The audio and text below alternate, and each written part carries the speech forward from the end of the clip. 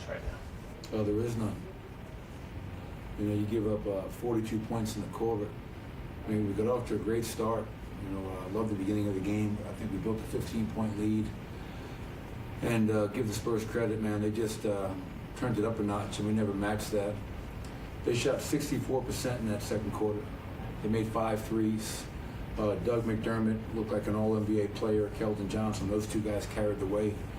But as I told our players, to give up 128 points, to give up 68 in the paint, and to be out rebounded 50 to 33.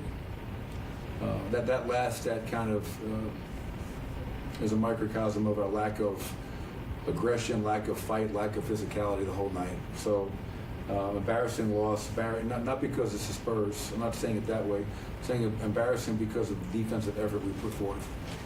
Have you noticed a lack of urgency this week? You got away with one against Toronto, and Chicago happened tonight. Yeah, I mean, I felt the Toronto game. I mean, they kind of jumped the game up. You know, obviously we were able to pull that away, but I didn't think that was a game that we weren't necessarily ready to play. Chicago, yes, that was a game where I couldn't tell you where we were that night. Individually, collectively, as a unit, you're going to lose games, but I didn't feel Chicago beat us. I felt we never gave ourselves a chance to win. And then tonight, you know, the second quarter was horrific. Get back in the game in the second.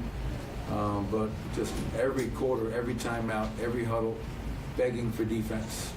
At halftime, getting on our guys. You know, and you're not going to beat anybody with 15 games to go playing defense like that. Doug McDermott went off, big reason why their bench had such a great night. But what do you do to spark your second unit? What do I do to spark our second unit? How can they improve? Defend. I mean, like, if we're taking the ball out of the net every possession, you're playing against a set defense, and we're just not good enough, you know, especially the second unit. We have to get offense off our defense. We only had 12 fast break points tonight. We only had 5 against Chicago, and that's been something where we've been top 4 the whole season. So if that second unit wants to play better, you know, we were outscored 58 to 25 tonight off the bench. They want to play better, defend, rebound, and run.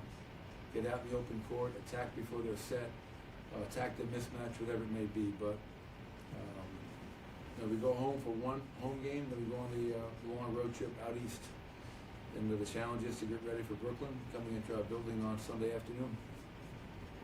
Do you think the team maybe is taking a little bit of a mental rest before the season's over? I don't think so. I mean, I don't believe that. You know, but obviously, you can draw your own conclusions from the Chicago game and where we got blown out, and tonight where our defense was nowhere to be found.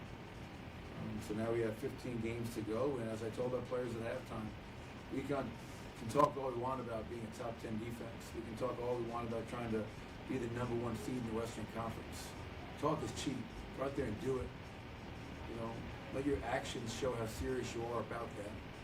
And you know, again, I 6 to 8 in the paint, 24 second chance, and to get out rebounded 50 to 33, we got our ass kicked.